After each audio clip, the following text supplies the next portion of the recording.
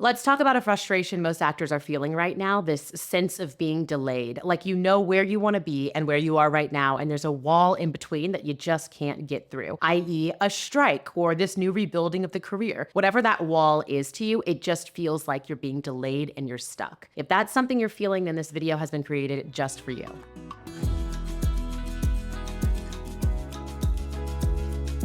What's up? I'm Gabrielle Benloss. I am here to create a safe space for actors to really just have thought-provoking conversations about the depth of this career, past bookings, getting the agent, having the cool headshot. I'm interested in knowing the emotional capacity that we have as actors to allow it to create us to be a full-fledged human. Essentially, I guess what I'm trying to say is I am here to be an actor to figure out how to be a human in this giant world that we're in. And I started to realize that my process and my success has been directly connected within each other. The more and more that I dive deeper into my sense of self, the more I see success in this career. But the tricky part is that success does not look like what I thought it was supposed to look like.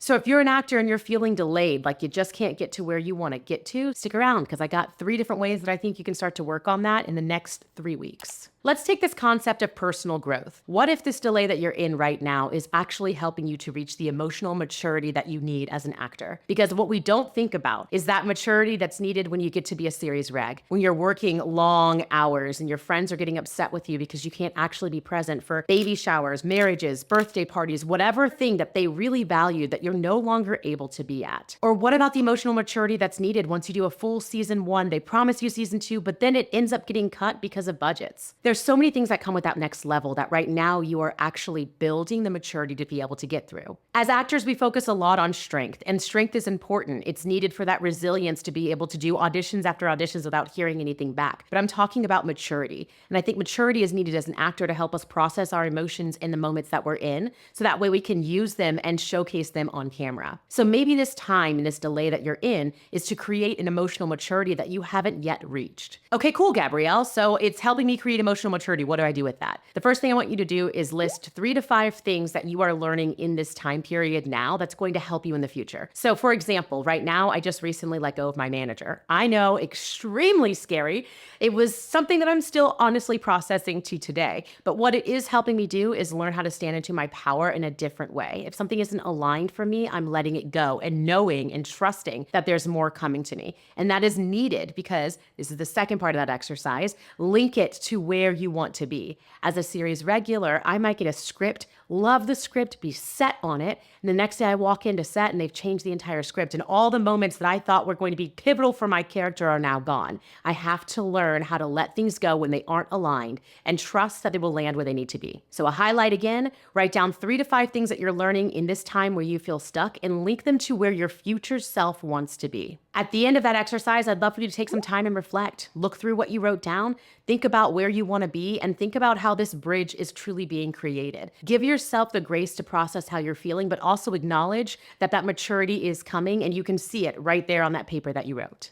The next concept about why you might be stuck in this feeling is because it's time for you to heal some old wounds. And I'm not talking about that whole toxic positivity of I've healed and I'm no longer dealing with it. As actors, I think we try to use our wounds to be something that gives us our edge and it gives us something to play off of. But in reality, those wounds aren't things that are just going to be healed and gone and then you can tap on when you need to be able to hit tears. They're actually there to help you continuously evolve and grow. Because here's the thing. Healing is not linear. It goes up, down, backwards, forwards, and all the other ways that you never even thought it could actually go. It's about stepping into the unknown, knowing that there's going to be times when you need to heal, and there's also going to be times when you need to just relax and praise yourself. That's all that this acting journey has involved in it. So when I talk about healing your past wounds, I'm not talking about never having these feelings again. I'm talking about healing this version of the wound. That way you can move forward to the next 2.0 self and heal that version of the wound. Because I think our wounds come with us, right? Like I have an eternal feeling of being too much. It's something that came up for me when I was a very young kid. It's this idea of you are too much to handle. Now that wound has never gone completely away, but it has looked different each stage of my healing. And that wound is something that I carry with me as an actor, as a part of who I am and what I bring to camera. So it's important for me to do the work of healing it and also acknowledging it. That way it doesn't become this force that I'm working against as I get to my 2.0 self. This type of healing is what's going to be what makes you more real and relatable on camera. Great, so how do we work on healing? Let's do some mirror work. I want you to find a mirror and stand in front of it. You can set the scene if you'd like, get some candles lit, maybe put some mood lighting on, some inspirational music in the background. I want you to take a look at yourself directly in that mirror, and I want you to repeat, I see the parts of me that are hurting, and I honor them. And after you say those words, I want you to sit and look at yourself. The next thing I want you to do is affirm your journey. Do this by repeating to yourself in that mirror, I am willing to face and heal these wounds that are inside of me. The wound doesn't define me, but it is a big part of my growth and my evolution as an actor. Allowing that to sit with you. And I know sometimes these things can feel like they're just bouncing off the mirror and coming back, but stay in the work. Once you've moved on from affirming your journey, let's move into transformation. Look at yourself in that mirror and say, I trust that this wound is bringing me to the next variation of myself.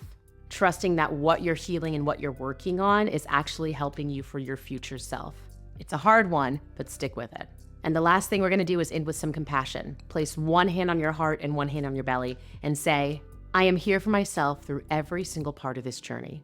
You are here for yourself through every part of this journey. And you standing in front of this mirror right now is doing exactly that. The last pillar for why I think that this stagnation might be happening is because it's helping align you for the circumstances that you want.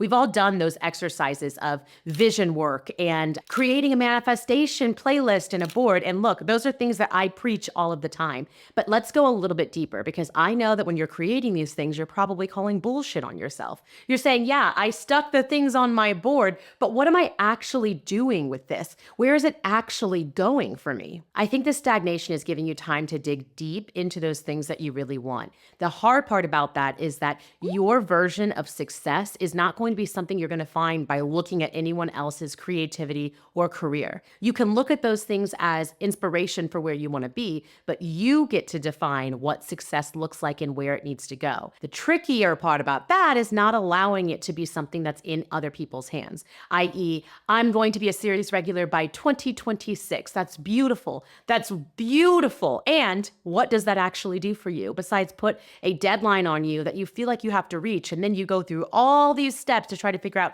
how to become a series regular by 2026? Instead, looking at it as the universe is in alignment with you, and it's willing to create whatever you want it to create, but you have to attach yourself to the emotion of where you want to go and allow that emotion to drive this force into what you want that to look like. When you figure out what you want that to look like, then maybe it's time to get those manifestation and vision boards out and start to cultivate what you want it to be in this reality. Because you're not here for a journey that looks like everyone else. You're here because this career path is something that inspires you. And that takes a lot of guts. That takes a lot of commitment to not knowing where to put my next foot, but still stepping forward.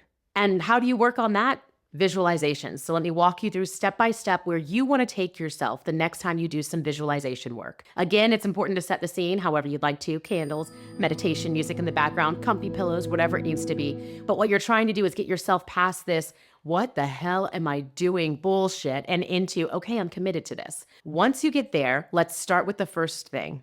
Imagine yourself on a dream project. Imagine yourself talking to the director and working with your co-actors. Visualize yourself playing your dream role. Give yourself a little bit of time to ride out the emotions of that one. And then let's expand. Let's move into, what does the sound look like? What does the lighting look like? What does the set look like? It's all been designed specially for you. It's all in alignment for you. So get away from the idea of what you've seen it look like. What do you want it to look like on your dream project? I want you to let in the depth and the feeling of what that will do for you. Where does it end up registering in your body? Where do you feel it? Is it a happiness? Is it a reflection time? Is it a, oh my God, I finally did it? Is it a surprised feeling? Is it a disbelief? What ends up coming up for you when that dream has actually reached? And can you feel that emotion right now? And keep it in the positive. If it's a disbelief, is it, oh my God, I'm actually here? Like, I even just felt that right now. Maybe you even audibly say some of those things out loud to yourself, but you're just letting yourself take this event that you're putting in the future, that you're creating, and bringing it into the now by using the feelings of that moment. The universe doesn't respond to your actions. It responds to your feelings. It responds to energy. So this is energetic work to bring in what you want.